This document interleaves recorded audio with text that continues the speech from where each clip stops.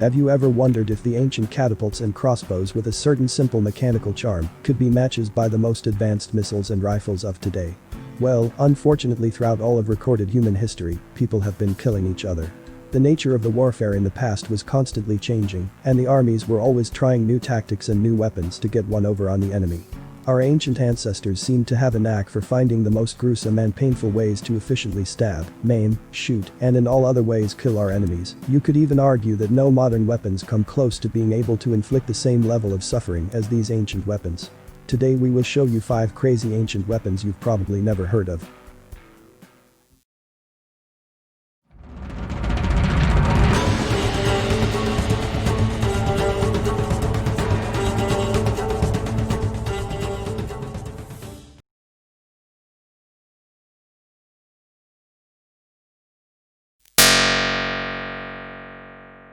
Five. Hwacha. As the pioneers of gunpowder, the Chinese were very protective of their weapons during the 14th and 15th centuries. In particular, the country imposed especially strict embargoes on gunpowder exports to Korea, which meant that Korean engineers needed to devise their own methods for dealing with the seemingly endless incursion of Japanese invaders. By the turn of the 16th century, however, Korea had more than stepped up to the gunpowder challenge and was churning out their own war machines, matching any of the spurting tubes defending the Chinese mainland. This resulted in Korea developing its own gunpowder weapons, including the Hwacha rocket launcher that could fire well over 100 missiles with the strike of a single match. The larger versions used by the king could fire closer to 200. Unlike the cannons or mortars used in Western warfare during Middle Ages and the 16th century, which required heavy iron balls, Hwachas fired arrows which were thin and light, making it an easy-to-maneuver siege weapon. The holes in the Hwacha's launching array ranged in diameter from only 2.5 to 4 centimeters. The Hwacha's ammunition was called a Sanjijian, which was basically an exploding arrow. The Sanjijian's fuses were adjusted based on the range of the enemy so that they would explode on impact. When the Japanese invasion began in full force in 1592, Korea already had hundreds of Hwachas in operation. Hwachas provided an excellent counter to the Japanese samurai warriors, whose deadly form of close-quarters combat was effectively neutralized by long-range ballistic attacks. Perhaps the greatest testament to the Hwacha's power came during the Battle of Haengju in 1593. Barely 3,000 Korean soldiers, civilians and monks, stood to defend the Haengju hilltop fortress against 30,000 Japanese troops. The odds were overwhelming, and the Japanese forces advanced with confidence, unaware that Haengju had one final trick up its sleeve. 40 Hwachas mounted on the outer walls. The Japanese samurai struggled up the hill 9 times, only to be repelled again and again by a rain of pure hellfire. More than 10,000 Japanese died before they called off the siege, signaling one of the first major Korean victories in the Japanese invasion.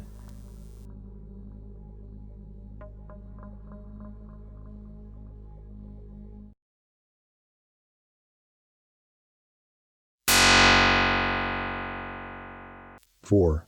Archimedes' steam cannon. In 214 BC, the Roman Republic laid siege to the Sicilian city of Syracuse in a bid to gain strategic control of the island. General Marcus Claudius Marcellus led a naval fleet of 60 Roman battleships across the Strait of Messina in a frontal charge, while his second-in-command attacked from the land. But as the noose tightened around the city, the mighty Roman army found itself repelled by an unlikely adversary: Archimedes. For everything the Romans threw at him, Archimedes was always 3 steps ahead. Ballistae on the outer walls tore through the advancing cavalry.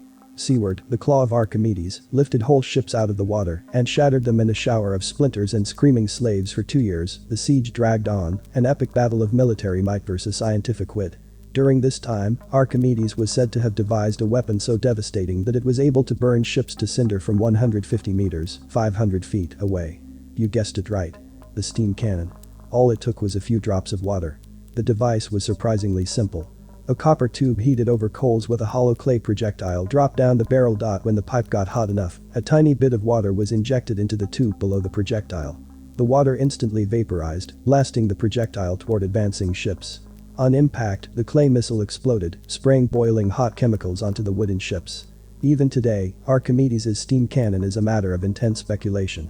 A team at MIT was able to build a working and highly effective model using the original description of the cannon. They calculated that their .45 kilogram, 1 pound metal shell was launched with nearly 2 times the kinetic energy of an M2 machine gun, firing a .50 caliber round. They guessed that it would have had a range of 1,200 meters, 4,000 feet. And they only used half a cup of water.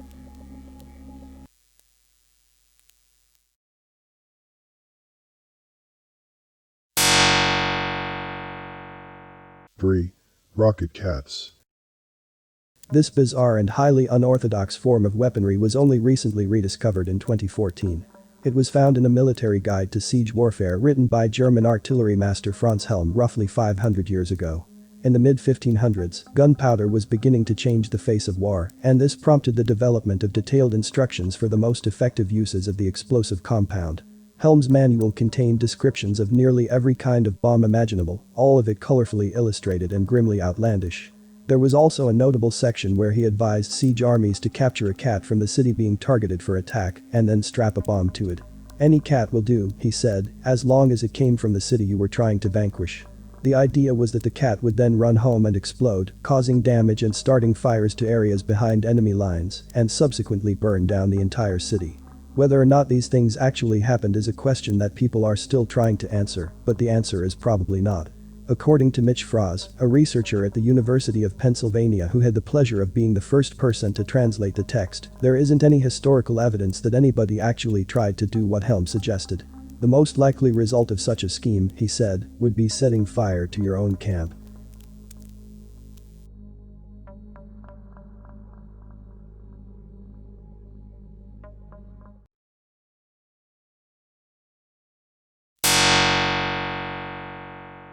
Two, Hellburners. It was 1584, 6 long winters into the 8 Years' War or the Dutch War of Independence, and Federico Gimbelli could taste vengeance in the air. Years earlier, he had offered his service as a weapons designer to the Spanish court, but they'd left him out of the country.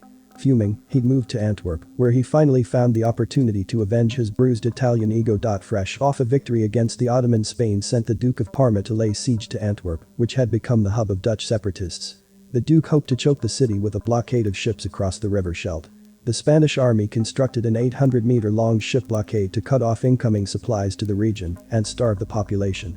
Antwerp retaliated by sending out flaming ships in the hopes that the fire would spread to blockade and burn it down. This plan failed, however, as the Spanish army simply pushed the vessels away with pikes until they burned themselves into the river. Still wanting revenge on the Spanish, Gimbelli asked the city council for 60 ships, vowing to break the blockade. But the city just gave him 2. Undeterred, Gimbelli began building his masterpiece weapons. With each ship, he gutted the hold, built a cement chamber inside with walls 1.5 meters, 5 feet thick, and loaded in 3,000 kilograms, 7,000 pounds, of gunpowder. He capped it with a marble roof and piled each ship high with every dangerous missile that could be imagined. Finally, he constructed a clockwork mechanism to ignite the whole load at a predetermined time. These 2 ships became the world's first remotely detonated time bombs, which he called Hellburners. On April 5, Gimbelli sent 32 fire ships ahead of the Hellburners to distract the Spanish army. As men were called in to push the flaming ships away, the Hellburners approached. One of the ships had a problem with its igniter, while the second one merely nudged the line of Spanish ships and appeared to be dead in the water. Some of the Spanish soldiers began to laugh. However, just remember that it is not over until it is over. The second Hellburner exploded, killing 1,000 men and blowing a 60-meter (200 feet) hole in the blockade. The sky rained cement blocks the size of tombstones. Most importantly, the blast opened the artery to resupply the city. Shocked, the Dutch didn't move to bring in the supplies they'd stationed downriver. A few months later, they surrendered to Spain. Gimbelli couldn't have cared less. His war was over because Spain knew his name now very well.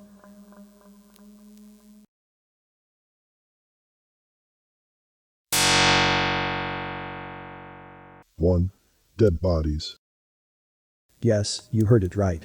One of the upsides to siege warfare in the Middle Ages was the huge number of dead bodies from people who had died of plague or other mysterious illnesses. A very handy use for these bodies was biological warfare. Most towns would barricade themselves behind huge walls that could not be breached by the enemy, but they often relied on outside sources of fresh water. This is where the bodies come in. You could dump a few bodies in the rivers leading into the town, and all you had to do was wait. A perfect opportunity to sit back and watch some jousting. After a while, the plague would infect the town and you have a great victory. This type of warfare was used before the advent of catapults, which were much more effective at infecting towns with disease and destruction. We were real killing masterminds at the past, weren't we? And we still are.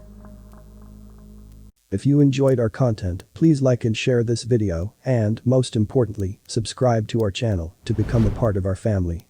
We are open to any suggestions and topics you want us to explore and present them to our audience. Follow us on Instagram and Facebook, all links are in the description. Now enjoy your time until our next video tomorrow. Bye.